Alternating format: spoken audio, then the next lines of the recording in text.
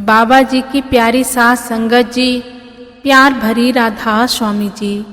साथ संगत जी, आज मैं आपको जो साखी सुनाने जा रही हूँ, ये बात सतगुरु हुजूर जी महाराज जी के समय की है जी। एक सेवादार महाराज जी से कहता कि हे सच्चे पातशाह, मैं अपनी तकदीर से बहुत परेशान हूँ। मैं जिस काम में भी हाथ डालता हूँ उसी में असफल हो जाता हूँ। मेरा वो काम बनते बनते ही बिगड़ जाता है। काम बन भी जाता है लेकिन बाद में फिर बिगड़ जाता है और हर बार मेरे साथ ऐसा ही होता है। और इसी वजह से मेरे साथ कोई काम करना नहीं चाहता और मैं रोजाना मालिक की भजन बंदगी भी करता हूँ और उनके आगे बेनती भी करता हूँ, हे मालिक, मुझ पर मेहर कर। मेरे साथ जो भी हो अच्छा ही हो, लेकिन मेरे साथ हर बार ऐसा ही होता है। मुझे हर काम में असफलता ही मिलती है। तो उसकी ये बातें सुनकर सतगुरु बड़े प्यारे तरीके से समझाते हुए कहते हैं कि भाई, मालिक अपने भक्तों के साथ कभी बुरा नहीं होने देता। वो तो सबके साथ अच्छा ही करता है। उसके किए गए हर काम में कोई राज जरूर छिपा होता है जो हमें समझ नहीं आता। हमारी बुद्धि उसे समझ नहीं पाती और उसे समझने के लिए मालिक की दया मेहर चाहिए होती है। जिस पर उसकी दया मेहर होती है, केवल वही उसके भेद को समझ पाता है। और यहाँ पर सतगुरु उसे समझाने के लिए बहुत ही प्यारा सा वाक्य फरमाते हैं। सतगुरु कहते हैं कि एक गांव में एक फकीर रहा करता था और जिस गांव में वो रहता था उस गांव में पशुओं को पालने का रिवाज हुआ करता था। किसी ने अपने घर की रखवाली के लिए कुत्तों को पाल रखा था और किसी ने अपने खेतों में काम करने के लिए बैलों को पाल रखा था। तो इस तरह उस गांव में सभी लोग किसी न किसी जानवर को अपने काम के लिए पाला करते थे। तो जो वो फकीर उस गांव में रहता था वो सदा ही मालिक की रजा में राजी था। संगत जी, एक दिन उस गांव के सभी कुत्ते मर जाते हैं और जब ये बात गांव वालों को पता चली तो वे भागे भागे उस फकीर के पास जाते हैं और कहते हैं कि हे फकीर बाबा, हमारे गांव के सभी कुत्ते मर गए हैं। हमें लग रहा है कि कोई महामारी फैल गई है जिसके कारण हमारे गांव के सभी कुत्ते मर गए हैं। तो ये बात सुनकर वो फकीर ने कहा कि कोई बात नहीं, इसमें भी अल्लाह की कोई मर्जी होगी, तुम चिंता मत करो। और दूसरे ही दिन उस गांव के दूसरे जानवर भी मर जाते हैं। जैसे कि किसी के बैल मर जाते हैं, किसी की मुर्गियां मर जाती हैं और तीसरे दिन भी ऐसा ही होता है। तो गांव वाले परेशान होकर फिर उस फकीर के पास चले जाते हैं और कहते हैं कि हे फकीर बाबा, पहले तो हमारे गांव के सभी कुत्ते मर गए थे और बाद में हमारे पशुओं की भी मृत्यु होने लगी। किसी के बैल मर गए हैं तो किसी की मुर्गियां मर गई हैं। ये अवश्य ही गहन चिंता वाली बात है कि अवश्य ही कोई ऐसी महामारी है जो हमारे जानवरों को मार रही है। हमें जल्दी से जल्दी इसका कोई उपाय करना होगा, नहीं तो हमारा बहुत नुकसान हो जाएगा, क्योंकि इसके बिना हमारे काम रुक जाएंगे। हमारी खेती हमारे बैलों की वजह से ही होती थी और कुत्ते हमारे घरों की रखवाली किया करते थे, लेकिन अब तो सभी जानवर मर गए हैं। अब हमें अपनी चिंता सताने लगी है कि कहीं ये महामारी हम इंसानों को ना आ जाए। तो कृपया हमें इसका उपाय बताइए कि हमें क्या करना चाहिए। तो उनकी ये बातें सुनकर वे फकीर कहता है कि इसमें चिंता करने वाली कोई बात नहीं है। आप इतनी चिंता क्यों करते हो? वो मालिक जो सृष्टि चला रहा है, क्या उसको हमारे बारे में पता नहीं है? क्या उसको हमारी परवाह नहीं है? वो सब जानता है और ये जो भी हो रहा है उसमें उसकी कोई ना कोई मर्जी जरूर होगी। इसलिए हमें चिंता नहीं करनी चाहिए।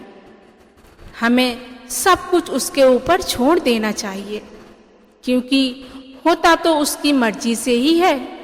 हम तो उसकी कठपुतलियां हैं, उनके इशारे पर नाचती हैं। तो उस फकीर की ये बातें सुनकर कुछ गांव वाले नाराज हो जाते हैं।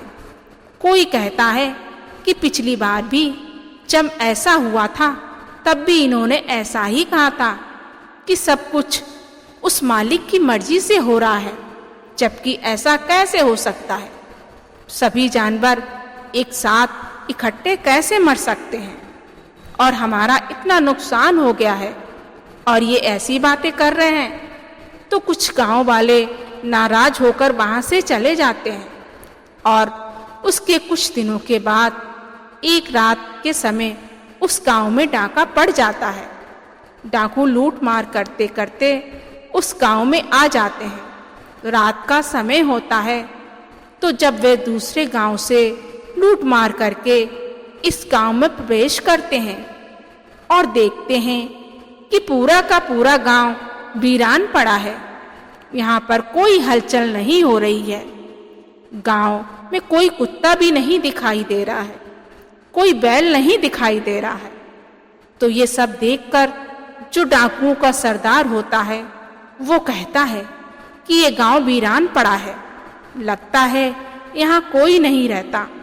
चलो इस वीरान गांव से चलते हैं, यहाँ कोई नहीं रहता।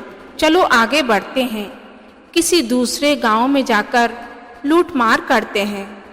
तो वे डाकू इस गांव को छोड़कर चले जाते हैं और सुबह होती है तो गांव वालों को इस बात की खबर होती कि डाकू दूसरे गांव से लूट मार करते हुए हमारे गांव में भी आए थे, लेकिन हमारा पूरा का पूरा गांव वीरान पड़ा हुआ था, क्योंकि किसी के घर में कोई भी पालतू जानवर नहीं बचा था, जिससे कि उनको इस बात की खबर नहीं थी कि इस गांव में भी लोग रहते हैं। तो जब ये बात गांव वालों को पता चली तो वे भागकर उस फकीर के पांव पकड़ लेते हैं और सभी उसके पास इकट्ठे हो जाते हैं।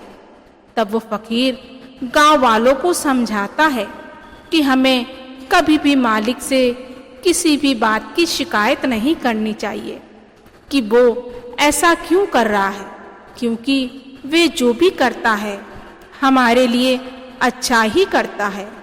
अगर वे मालिक हमें मार भी डाले तो भी उसमें हमारी अच्छाई छिपी होती है।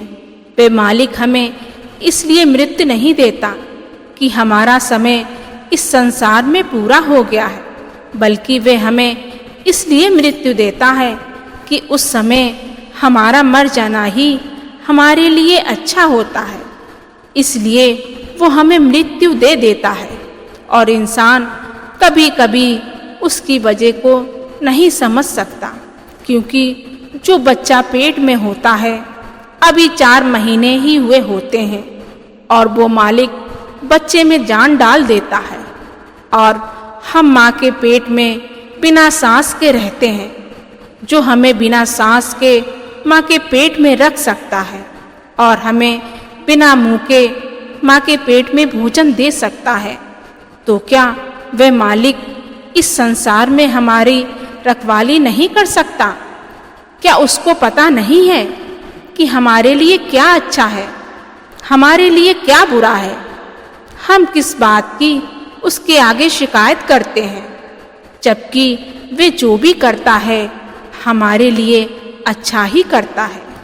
हमें तो केवल उसका शुक्राना करना चाहिए, उसकी रजा में रहना चाहिए। और जो शुक्र नहीं करता है उसके ऊपर से वो मालिक अपनी दया मेहर का हाथ खींच लेता है।